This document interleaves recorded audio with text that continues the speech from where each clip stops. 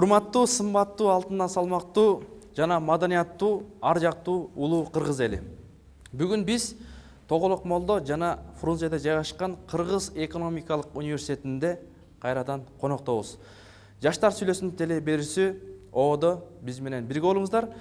Мен азыр ушу жаштарыбыздын маданиятына анча ыраазы болбой турам да. Чынында башка элдин маданияты менен маданият алып атабыз.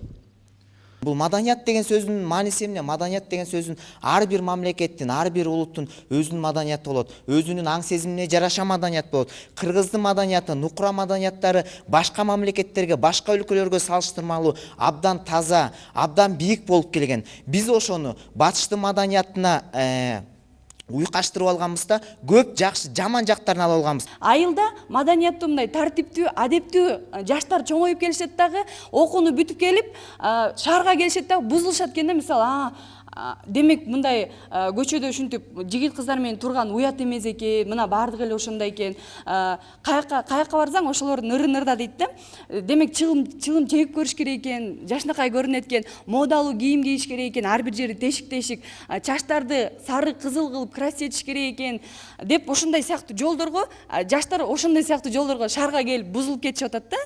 Ооба, кыргыз маданияты күчтүү, кыргыз маданияты касиеттүү, күчтүү эмес, наоборот, кыргыз маданияты эмеде азыр айтам.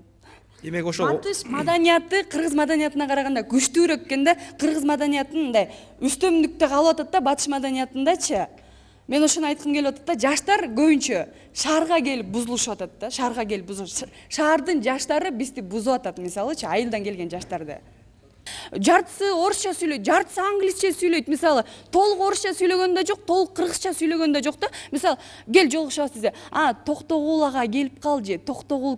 Айланайындар, Токтогул Сатылганов ага атабызды айтат да буларчы, Токтогула Ахунбай. Ошону сурай келсең, Токтогула деген ким болгон билесиңби? Сен өзүң эркек кишиби, аял кишиби ким болгон десең, алар билишпейт. Анан кийин интернет деген бар да, ой, мам, койчу, биякта биз аз демократия, бизде деген эркиндик, мен деген модалуу кийим кийчү. Аны коюңуз, сиздин заманыңыз бүткөн, мама деп силер укпайт экенсиңер. Ата-энеңердин сөзүңөрдүчү.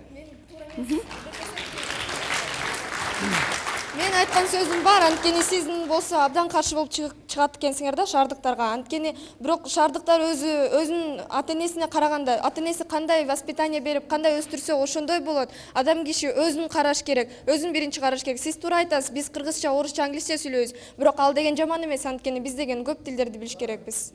Айылдан келип алып бузулушат дейт. Ар бирөөнүн мээси бар, туурабы? Шаарда деле кыздар бар, бузулган кыздар бар, бирок ушундай эле айылдан келген жакшы кыздар деле бар. Ошон үчүн эч качан салыштырбаш керек. Мен ойлойм, дагы айтты, орусча дагы сүйлөшөт, андай мындай деп. Эми биз баары эле түшүнүшөт. Кандай кыргызча сүйлөсөң кыргызча сүйлөйт, орусча сүйлөсөң орусча сүйлөйт. Ошол үчүн мен ойлойм, чоң кыз туура эмес деп. Силер айтып атасыңар да, орусча сүйлөйт деп айтып атасыңар депчи. Ооба, тилди, миллион тилди үйрөнгүлө мага десеңерчи, миллион тилди үйрөнгүлө. Бирок Кытай тилин үйрөндүңөрбү?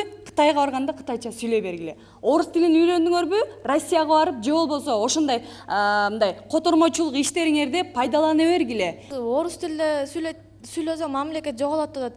Эмнеге тил чечмек беле мамлекет бул адамдан зависит этет. Бул адамдын пейили кандай болсо, адам кандай имандуу болсо, мамлекет ошондой өнүгөт. Ал эмне тил чечеби, эмне мамлекет жоголуп кетет деп атпайсыңарбы? Бул туура эмес. Театрларга барган ордуна жана КВНге барганга аракет кылышат. Мисалы мен театрга бир 20-25 сомго балдарга сүйлөшүп берсем, жүргүлө баралы. Ушундай артисттерди көрөлү десем, жок. Акчабыз жок дейт да.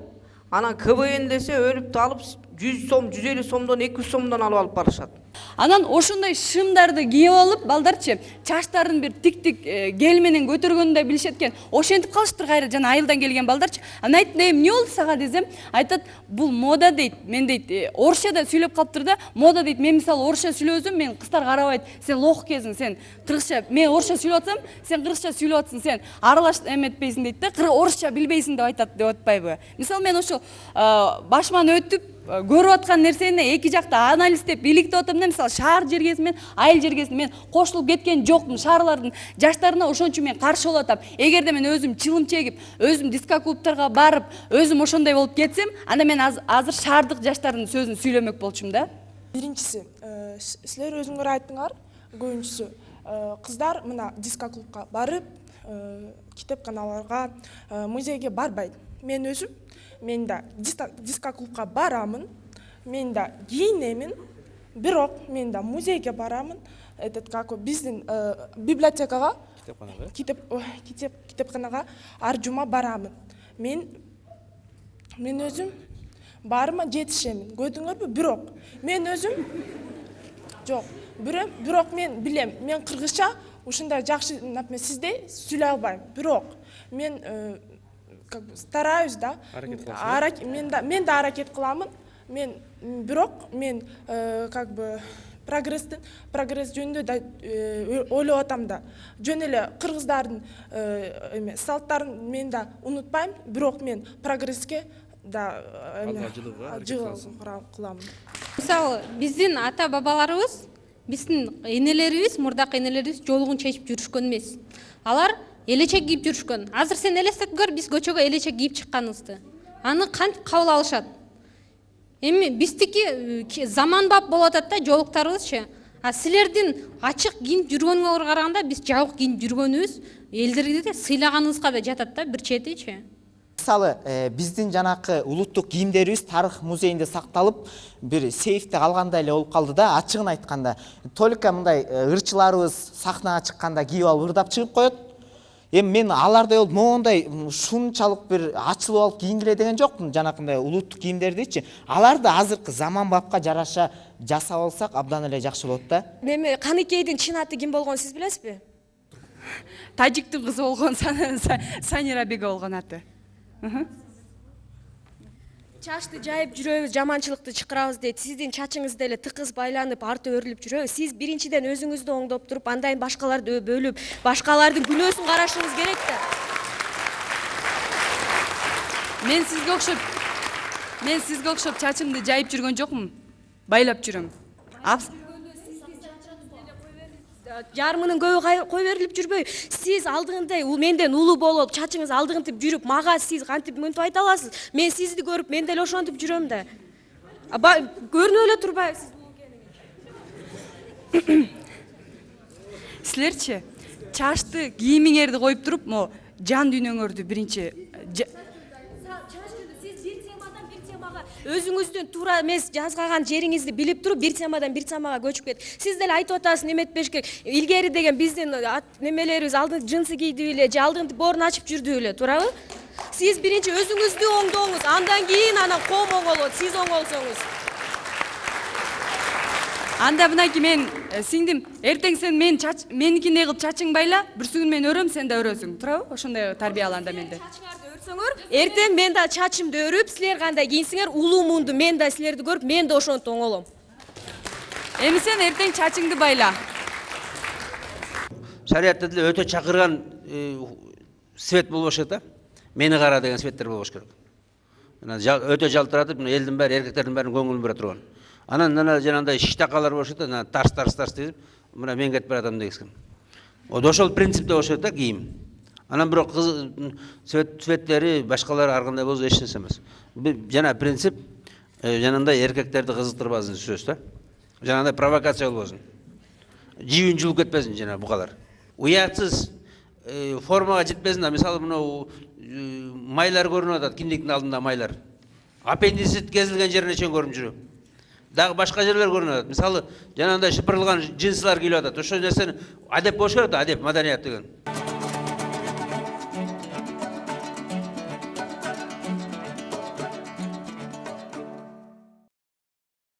Алда койгон максатыбыз азыр Кыргызстанда ар кандай оор кырдаалдар болуп турганда биз жакшы окуп, ошо Кыргызстаныбызга өзүбүздүн салымыбызды кошуш үчүн кандайдыр бир этаптар жасашыбыз керек да. Мисалы үчүн биз жакшы окуп, жакшы окуу жайлардан окуп, Кыргызстанга салымды кошуп, мисалы үчүн чет мамлекеттерге деле барып окуп келип, анан кайра Кыргызстаныбызга келип деге ошо кызмат өтөсөк, бизге абдан мындай керек, абдан ошо Кыргызстан ошондой квалификациялуу кесиптерге мындай муктаж болууда да. Ошого биз максат коюшубуз керек. мен агайдын сөзүнө бир чети кошулуп кетем да, кээ бир кыздар жүрбөй максаты жок эле окууну бүтөт, контрактка төлөйт, андан кийин же окуудан жок же эч окуудан жок ортодон калат. Эгер андай максаты жок боло турган болсо турмушка чыксын. Бирок азыр патриоттор көп, андайлар окусын, окууга мүмкүнчүлүк түзүп бериш керек. Либо биз деген толук мусулман болушубуз керек, либо биз деген европейттерге окшоп неме ошолор боюнча жашашыбыз керек да, ушундай проблеманы чечиш керек. Сиз кайсыл жагына кошулат элеңиз? Эми өзүбүзгө жаккандай эле Европага кошулмакмын. Диним качан мусулман болгону менен мен деген ала качууга деген каршымын да. Потому что өзүңдүн оюң максаттарыңа неме жете албай каласың. Жашоодо максатың кандай? Жашоодо максат окуш керек, конечно, окуп өзүңдүн салым кошуш керек. Азыр деген көптөгөн стереотиптер бар да, уже канча жылдан бери. Мамлекет мага эмне кылды дейт да. Мына 18ге чыкканда жаран мамлекет мага эмне кылды дейт. Биз ал стереотипти жоюп деген мен мамлекетке азыркы жашымда эмне кылышым керек деген максат менен жашашыбыз керек деп ойлойм. Азыркы убакта мына менин практикамда мен канча адамды кезиктирбейин, мисалы окуп жаткан окуу жайларда болобу, эжелер болобу, агайлар болобу, бир убакта күйөөгө да тийип жатышат, окуп да жатышат, балдарын тарбиялап жатышат, жана ошол эле убакта иштеп, өзүлөрүнүн кандайдыр бир мамлекетке салымын кошуп жатышат. Менин оюмча, ар бир адам, ар бир кыз киши ошондой жолдо кетсе туура болот демекчимин. Менин оюмча, албетте карьера дагы керек. Карьерасыз жашоо мүмкүн эмес деп ойлойм. Бирок эң биринчи орунда кыздын жашоосунда үй бүлө куруш керек, бала төрөш керек, чоңойтуш керек, күйөөгө чыгыш керек, кайнене кайнентай күтүш керек. Ошондон кийин гана карьераң да өсөт, өмүрүң да өсөт жана өзүңдүн үй бүлөлүк турмушуң да жакшы болот демекчимин. Эгерде бир гана карьераны тандап кетсең, анда сен карыганда кандай болом, мени ким багат? Ошол суроолорду ойлонушуң керек. Ошол себептен улам эң биринчиде үй бүлөнү коюш керек жана иштеш да керек. Мисалы мен өзүмдү мисал кыла кетсем, мени карыганда ким багат деп ойлонсом, мен азыр үй бүлө кургандан кийин албетте бала төрөйсүң. Ошол балдарыңды чоңойтуп, балдарыңды окутсаң, балдарың сени багат. Менин оюмча, бул азыркы айтып кеткен кызга мен такыр кошулбайм. Анткени европейт бир бал өзүнчө мамлекет, алардын өзүнчө менталитети бар, өзүлөрүнүн ар кандай салт саналары бар. Биз кыргызбыз. Кыргыздын менталитети менен, кыргыздын илгерки кандай салт саналар келетсе, ошонусу менен жашашыбыз керек. Эгерде гана сен ошол жака барып, ошол жактан турмуш куруп, ошол жакта жашай турган болсоң, менин оюмча ошолордун ыгына көнүп жашасаң болуп кетет. Ал эми Кыргызстанда жашап туруп, Европаны же болбосо Американы сүйлөш мен үчүн туура эмес деп ойлойм. Мен деген кошула албайм, анткени биз кыргыз болгондон кийин Азияда туруп ат жетпеген Американы самабай кайдагы. Биз деген өзүбүздүн менталитетти өндүрүш керек. Азыр деле мисалга келтирсек, үйлөнүү той болгондо илгерки кыргыздайда эме жолук салышат, дагы батышты туурап, эме машина менен үлпөт кылып атат. Бирөөгө экөөнүн эмне кереги бар? Мисалы үчүн бирөө үйлөнүп атат да, эки батышты да чыгышты да туруп атат. Андайдын кереги жок. Кыргыз болгондон кийин, Азияда болгондон кийин ушул дагы каада салттарды унутпаш керек. Европаны туурасын, бирок деген кыргыз экенин унутпасын да. Мейли Европанын кийимдери стилдүү болобу кийсин, ар ким азыр каалаганын кийет, бирок деген салт санааны унутпаш керек. Кыргыз бойдон калыш керек. Бизде азыр 12-16 жашта үйлөнүү деген азыр баары эле ошондой неметкенде бул коом менен бирге болуп атпайбызбы бизчи? Коом таза болсо анда бизде мамлекетте жанагындай чоң мындай эки чоң көтөрүлүш жаналөр болбоду, ошолор болбойт болчу да. Коом таза болсо таза эмес. Азыркы заманбап болгондуктан ошол азыр бизге эң биринчиден билим керек да, экинчиден ушу үй бүлө куруп. Азыр мына 11-ди бүтүп алып эле, мектепти бүтүп калып үйлөнүп жүргөндөр бар. Ал эрте үйлөнүп алды, бирок алар деген монда жашоодогу бир кыйынчылыктарды көрө элек кезинде эле үйлөнүп алып, анан эми баягы бир кыйынчылык келгенде эле баягы эки адам бөлүнүп кетет да, ошонуга ушундай канча көбүрөөк жашап, бир аз 25ке жетип калганда баягы жашоону көрүп калганда, ошондо гана бактылуу үй бүлө болуп кете алат деп ойлойм да мен. Мисалы силер барыңар билим алып Кыргызстанга салым кошобуз деп атасыңар, бирок деген карап көргүлө, билимдин азыр саны көп, сапаты жок болуп атат. Сен ошол окуучулардын билимин дагы азыр акчага сатып атат. Ошол коррупция каяктан келди? Биздин Европадан келди. Эмне үчүн силер Европаны колдоп кетип атасыздар? Силер макул кийимиңер менен окшошкула Европага, басканыңар менен окшошкула, бирок силердин жүрөгүңөр, силердин тилиңер кыргыз да, кыргыз деп соксун. Анан айтарым, бул жерде ошол барыңар эле билимдин жолунда кетебиз десиңер, бирок андан мен айтарым, диплом эмнеге жардам берет? Ал адам болууга жардам бербейт. Ал оокат тапканга, сенин үй бүлөңдү караганга жардам берет. Ошон үчүн эң биринчи сен үй бүлөңдү карап, мыкты бир баланы тарбияласаң, ошол сенин Кыргызстанга кошкон салымың ошол болот да. Койчуну деле алсак, кана маңкурт деген теманы эмне үчүн адабияттан өттүк элек? Эгер маңкурт болсо ошол жерде ошо ит сымалга теңеп атпайбы? Мына улуг айтты да, Россияда корошуп туруп жүрөт депчи. Маңкурт деген теманы эмне үчүн өттү элек? Биз деген кыргызбыз да. Кыргызды ошентип маңкуртчулукка салбуу болбойт деп жол бербеш керек. Ал үчүн адамдын дээри болуш керек. Мисалы үчүн койчулар деле жүрөт, даже депутаттар деле жүрөт, дээри жок, акылы жок. Бирок жүрөт ошо окуган, таянган. Жашоодо максатың эмне? Жашоодо максатым Кыргызстанга келечекте салымын кошуу. Кантип кошосуң? Мен физика жагынан өзүмө жан дүйнөмдү кошом. Ошо физика жагынан илимий техникаларды, инженерия боюнча кошууга салымым бар. Кытай калкы эгерде бир нерсе ойлоп чыгарбаса, ал Кытай болуп аталбайт экен. Анан биздин конокторубуз айтканда, силер да айтып атасыңар, бардыгын кээден 3төн 5тен дипломубуз бар. Анан өзүңөр айткандай, колубуздан эч нерсе келбейт. Анан шуларга силердин көз карашыңар кандай? Мейли, мен кой бактым, уй бактым, анан балалуу болдум, балам туруп. Мен анага телефон алып бердим. Моякта GPS деп турат. Бул эмне ата деп сураса, мен кантип жооп берем ошонго? Мен билимим жок.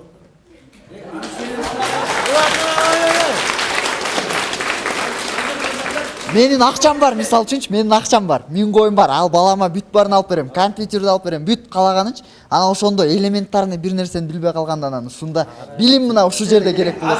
Жаштар сүйлөсүн. Керек болсо атасынан жакшы компьютерди Жок. Аны үчүн билим керек да ошол компьютерди билиш үчүн. Мына урматтуу жаштар.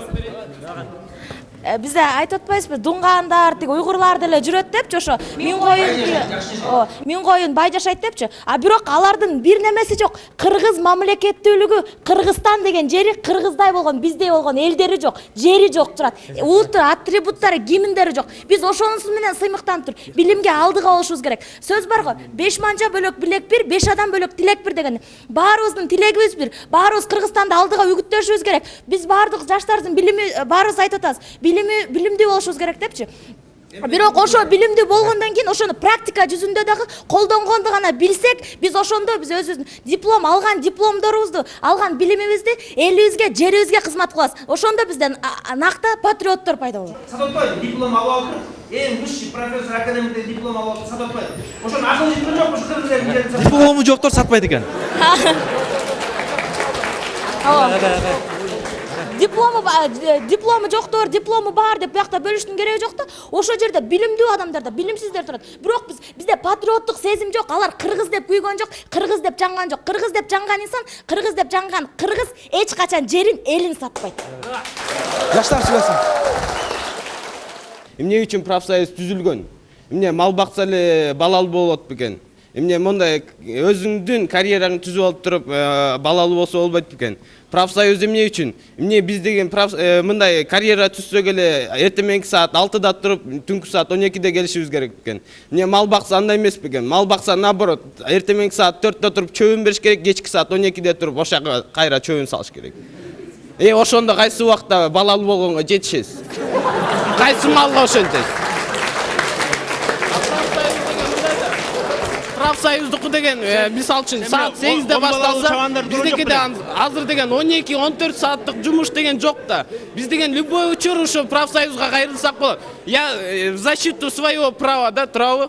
Ошо любой үчүн, эмне үчүн ошо түзүлгөн? Ошо мен мисалы үчүн өзүм кайрылып турам да. Мен момча убакыт иштеп атам, мен зарплатам азыраак болуп атат. Мен момдай дипломум бар, мага өзүмө зарплата көбөйтсүн. Мен момчалык билимим бар. Ошончолук билимге жараша мага берсин. Ошону профсоюз аткарып берсин. А профсоюз аткарып бере албай, значит, мэрия кайрылам. Мэрия аткарылып бербейби, мен теге жанагы жооп деген телепередачага кайрылам. Ал жерде мага мисалы үчүн профсоюздун эмесин кайрып берет да. Мисалы үчүн ал болбосо Роза эже иштеп атат. Роза эжеге эмне үчүн каттар жиберилет? Азыр эмне үчүн интернет существует да? Нет менен эмне үчүн сүйлөшүп атабыз? Он деген эмне үчүн существует да? Ошонун баары келип чыгат атпайбы? Эмне малчы болсо эле балалуу болот экен да. Сен мал жаккан киши, мал баккан киши балалуу болбойт. Сен 10 балалуу чабандар көрө элексиң. Наоборот, чабандардын балдары көп. Депутат болсо эле 10 баласыз боло албайт бекен. Мен көргөн жокмун ошондой. Мен дипломат деле болгум келет. Мен деле инженер болгум келет. Бирок ошол жерде мен деген өзүм саатым болот. Өзүм койгон ниетим болот. Обедам. война войной дегендей эле да. Наоборот, дипломдулар аспабы болот. Үйдөн кеткенден кийин мен деген дайыма эле ойлонуп тиги чачымды агартып жүрө бермейм. Дипломдулар аспабы адамдар же чабандар аспабы. Жок, бар ошондой адамдар акылына таянып эле эч нерсени унутуп калат. Демек ушундай. Акылың болсо дипломдун деле кереги жок да.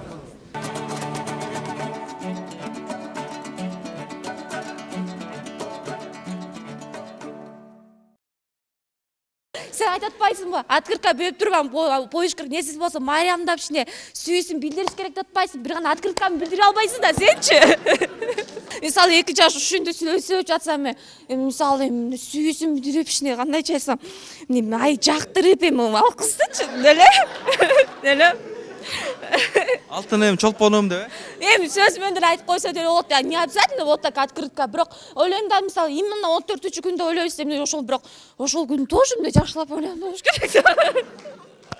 Мен оюм боюнча да, силер кандай ойлойсуңар? Сүйүү менде сүйүү жок болгондуктан мен айтмакмын. Отказ бермекмин да. Мындай эле сүйлөшөлү депчи. Тияк бияка чыкпай эле. Сен отказ берсең азын бөлүп алам десем не аласың?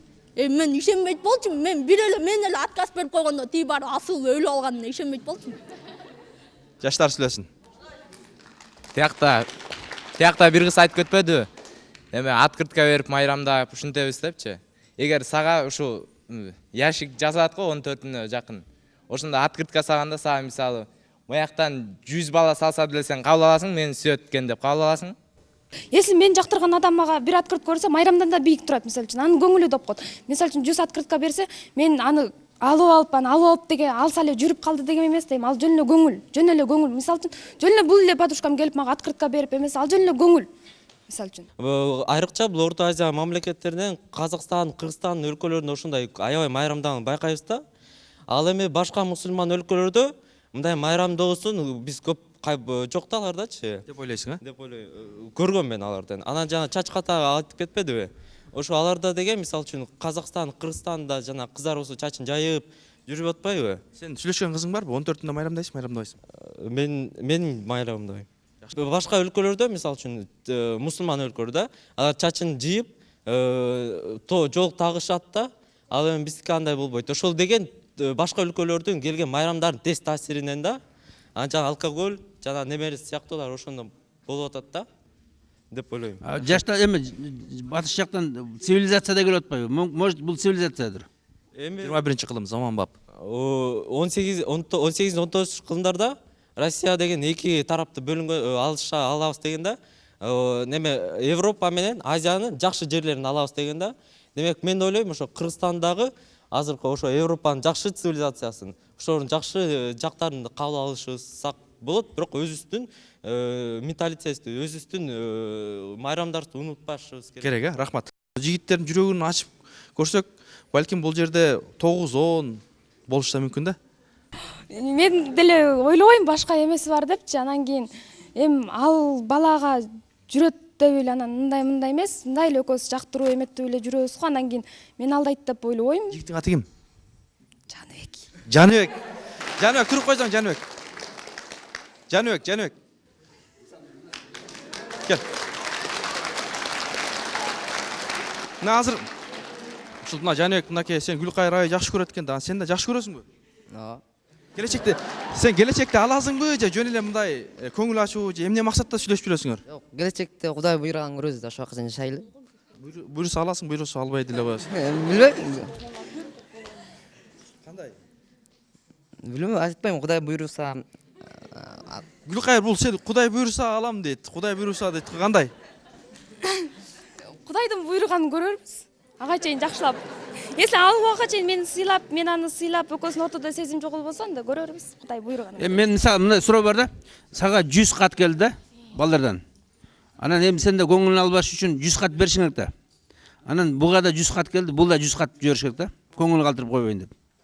Эми кат келсе эле ага не обязательно отвечать этиш керек. Кат келди, көңүл мен эметкен деп эле. Көңүл калып калат да. Калбайбы? Кишилер көңүл сыйгат. Калса мен түшүнгөнгө аракет кылам, мен ответ бере албайм деп эле айтам. Жигитим бар да? Сенчи? Мен эле ошентип. Ата-энең билеби сен сүйлөшүп жүргөнүңдү? Билет. Айтасың ата-эне ушул 14-үндө буйруса Гүлкайырга белек кылайын деп, эмне белек берейин деп атасың? Билбейм, ойлоно элекмин. Анда сүйбөйт эле экенсиң. Жок, эми ошо 14-уна жакын көрөбүз да. Жаштар сүйлөсүн, урматтуу теле көрүүчүлөр. Тиги кыз го канат өлүп калды, артынан өлүп алыптыр да. А может быть кыз биринчи өлгөндө канат өлмөгөн эместир. Кошулуп өлүш керек. Өлмөгөн элем деп. Ооба, сүйгөндөн кийин любой адам өлөт керек артынан. Же мисалы мында да жигит менен сүйлөшүп жүрсүң, али күйөөң болду элек, анан кийин ооруп өлүп калды да. Анан сен деле артынан өлөрөсүң. Жигиттин ошо кокусу ушунда өлүп калса, анан аркасынан өлүш керек. Аялы күйөө экөө сүйүшүп эле жүргөн да. Чоң кыз. Аялы күйөө экөө сүйүшүп эле жакшынакай жүргөн да. Анан кийин бирөө өлүп калды, аял ооруп өлүп калды, же күйөө ооруп өлүп калды. Анан кийин өлүш керек бар артынан? Жок, эми ал экөө үйлөнгөндөн кийин, билбейм. Эми сен сүйгөн кызың барбы? Бар. Эгер эми Кудай сактасын да, баягы мисалга ошол кызың кокус жана биздин агайыбыз айткандай каза болуп калса да, анан кийин сен аркасынан каза болосуңбу? Жок, мен каза болбойм. Анда сүйбөйт экенсиң. Неге сүйбөйсүң? Анын артынан эле анын артын жоктошуң керек да. Сен өлүп кал, девушкаң өлүп калса эле, а сен анын артынан өлүп калсаң, тиги сүйүп тиги өлүп калды деген болбойт да. А сен болсо сүйгөндөн до конца ошону сүйөчүң керек да. Ал болсо мындай жүрөгүңдө да так калып калат да. Канат менен Зарина көрүнүп сүйгөндүгү үчүн ада артынан өлүп атат да. Эми алар өлгөндө да алар аябай кыз өлүп атат да, бала өлгөн жок да. Сен сүйгөнүң каякта? Сүйгөн биякта эле. Отурабы? Аты ким? Айтпайм. Анда сүйбөйт экенсиң да анда. Сүйөм деп айтчы гана көрөлү анда. Сүйөм. Анда Айты ким аты? Айжан. Айжан, Айжанды чакырып алабыз. Мынакей биздин азыр жигитибиз чындап сүйөм дейт, ушул жигитиңе ишенесиңби? Билбейм. Жигит эмес бул мен. А, жигитиң эмес деп атат го. Эми жактырып жүрсө, жактырып жүргөндүр, бирок жигитим эмес. Анда демек сен жигитиң эмес экен да? Сен сүйбөйсүңбү? Жок. Чындап эле сүйбөйсүң? Жок, сүйбөйм. Сүйбөйм дейт го сен анда. Ал сүйбөсө мен сүйөм да, тура. Келечекте аласыңбы? Буйрса, если жолугуп калсак да, тура. Буйрубаса албайсың, а? Анда ушул Канат менен Заринанын сүйүүсүнө сен кандай карайсың? Канат менен Заринаны сүйсөм, экөө үй бүлө болбогондон кийин экөө бири-бири менен аябай жакын болгондур, бирок өлгөнү туура эмес деп эсептейм. Өлгөнү туура эмес, э? Экөөнүн жүргөнү туурабы? Кокус экөөнүн үйлөнүп электе жүргөнү туурабы? Ушунча смертельный жүргөнү туурабы? Жок. Эми экөө аябай сүйсө керек да бири-бирин. Ошол туурабы анан? Ушинтип жүрсө болобу? Жок. Болбойт, э? А балким ушул сен эми жигитиң Кудай сактасын, мисалда өлүп калса, сен аркасынан өлгөнгө даярсың? Жок. Анда демек сүйүү жок экен да? Сүйүү мындай жактыруу бар, бирок сүйүү жок. Жаштар сүйлөсүн. Сен бир сүйгөн кызга үйлөндүң, бир нече балалуу болдуң, жакшынакай болуп сүйүшүп жүрсүң, анан аялың өлүп калды. Сен артынан өлүп каласыңбы? Биринчи кезекте аялым эмне себептен өлгөнүн сиз мага айтсаңыз жакшы болот эле. Ооруп калды же бир нерсе болду да. Өлдү балким, кырсык. Же сен өлүп калдың, наоборот, мисалы мындай да, ушундай бир эме да. Эми анан артынан өлүп калыш керекпи? Күйөө артынан аял өлүп калыш керек, аялдын артынан күйөө өлүп калыш керекпи? Туурабы ушул? Өлүмдүн аркасынан өлүм кете берсе болбойт да анда. А сен айтпайсыңбы, сен жанагы Зарина туура өлгөндүн артында ошо ордунда болсо мен деле өлүп калмакмын дегендей. Жок, туура сүйүү жашайт, бирок биз ошонун качан ордунда болгондо бул сүйүү деген ар бир адам ар башкача калат да. Мисалы мен сүйүүнү эң таза нерсе, ыйык нерсе өзүмө сезем. Ошон үчүн мен азыр учурда мектептен эч ким менен сүйлөшпөйм. Себеби бул сүйүү эмес. Баласынын апасы келип бирөөнү тааныштырып алып берип койгон, анын эртесине болот. Ошолор 15-16 балалуу болгон. Жок, ошолор болгон. Бирок азыркы учурда ошону бир бала калгандан кийин экөө эки жакка кетет. Баланын орду каякта? Баланын орду детсадта болуп калат. Интернатта болуп калат. Ал бала эмне болуп чыгып атат? Мына бул сүйүү эмес да. Тууган карабайсыңбы? Мына бир 30 жыл 40 жыл мурда сүйбөй эле келип атасы келип мына кызды алып келчи айланайын балам. Мына ушул жакшы келин болуп берет, бизге алып келчи десе, барып баласы атасынын тилин алып, энесинин алып келчи. Бирөөгө, например, бир мектепте класста отурганда, балдар келип кыздара белек берет. Анан берип атып, например, 1-2-3ка берилбей калса, аздылар өздөрүнүн ичинен тарнат да, мага берилбей калды, мен өзүм жаман турбайм, мен эч кимге жакпайм депчи. Анан ошентип биз уюштурбай эле өзүбүзчө эле жүрө берсек дейм. Туурабы же туура эмес? Мен анткени эме көңүлү калат. Ошентип сүйөм деп жүрүп өлүп калганда, ман үй бүлө болуп жүрүп эле бирөөсү өлүп калса, экинчиси өлгөндө баласы калат да, балдар детдомго барышат. Анан жаман жумшук болуп, алар бирөөнү өлтүрүшөт. Ушинтип өмүрлөр кыйлат, антип кереги жок да. Ошо биз ээрчимей эле болуп калды. Ошон үчүн мына түрлүү майрамдар эле майрамдар бермей, көрінген нәрсені жаза бермей, арақ ішіп бір кино көргізіп қойса арақ ішіп алмай, қыздар келіп сигарет шегіп жүрсе сигарет шеге алмай, мына аябай көбейіп барады да.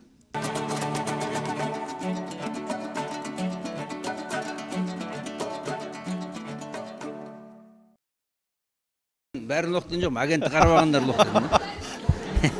Агентке кирбегендер лох депчи. Эмнеге алар агентке кириш керекпи? Агент деген эми уже зависимость болуп калды бизде делечи. Ну, агентке кирбесе окуунуда жакшы окуп башташат да, не только же агент. Эмнеге сиз окуп аткан балдарды лох дейсиз? Жаштар сүйлөсүн. Жакшы.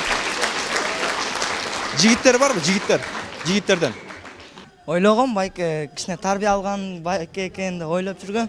Лох деп сөгүнөт экен байке. Биз көрдүңүзбү сөгүнбөйбүз андай сөздө.